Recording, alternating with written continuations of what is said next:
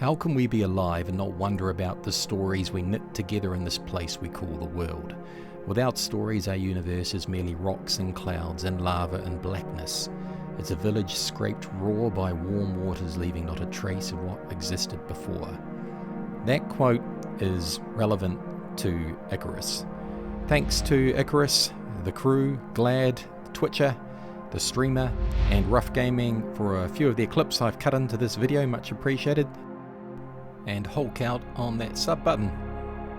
This very short, snappy video is going to be focused on gameplay and game flow. I've taken the 2-hour stream and condensed it down to some observations about the game and what I saw and what I think. One of the things I really like, you can see the other players landing on Icarus. That gives a connection between the spaceship, the mothership, and the planet itself. And when you first drop down, you're all going to land in the same place. We could see that, and they did actually talk about that. But if you die and you have to respawn, your drop's going to be in a more random location, so you could end up scattered over the map.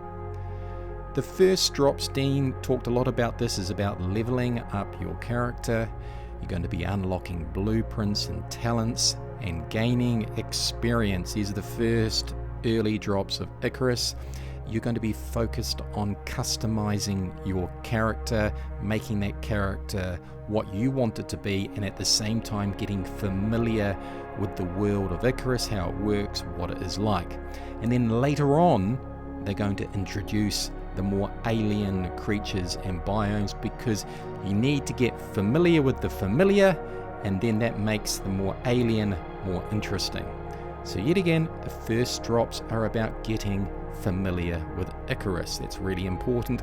And then you're going to move into more mission-based sessions, such things as faction missions, where you might have to go pick up a downed member of that faction or a lost satellite or something like very mission-focused based gameplay. And then later on, you're going to be hunting for the exotic materials. That's the sort of flow of the game, the way it's going to work. But then after you've been getting those exotic materials, and maybe even when you're getting those exotic materials, you're going to be going into alien and very hostile biomes. That could even be in some of the DLCs. An interesting thing they talked about was updates can be pushed live out to the game. That was really interesting. Weekly updates to the game. Dean talked about that. I mean, that's a big call, but yeah, it would be interesting to see if they could achieve that. Mostly in the early stages, he said those updates are going to be animals and tech, and this in the stream actually got quite confusing the way they're talking about it, but this is how I see it. They can push content out live to Icarus. For example, they can make an animal and it can be pushed out into the biomes on everyone's maps, happy as could be, but then they can also drop content into the tech or skill tree quite rapidly as well, because that's an individual experience on the planet. I'm seeing that's the two ways they're going to keep this game very fresh and updated quite frequently. Some drops, if you fail to get back to the ship in the time that is allocated, you will die and lose everything, but the early drops are going to be more forgiving. The story is going to develop as you progress through the missions. And it was talked about some world bosses, big tough creatures, but you know, they played their cards close to their chest there, but they did talk a little bit about an alien creature that may be cropping up early in the forest early biome.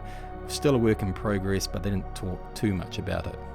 Now the tech tree was seen a lot more, but if you want to see that, I suggest you check out RoughGaming's videos. I've put a link in the top there. He does a good analysis of what you see and what it all means, and I don't want to go over all that. Do check it out.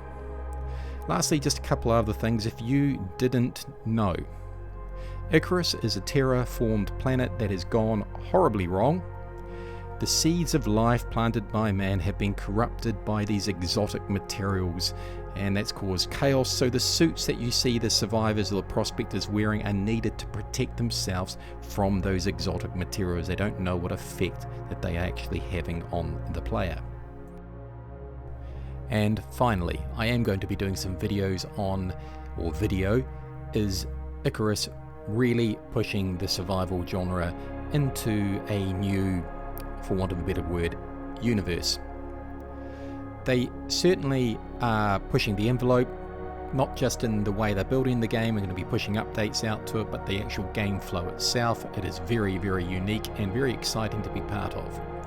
I hope you enjoyed this video. If you want to watch more Icarus videos, do not forget to subscribe to me. I will be following it closely. Like, subscribe, all that good stuff. See you in the next chapter. Ciao.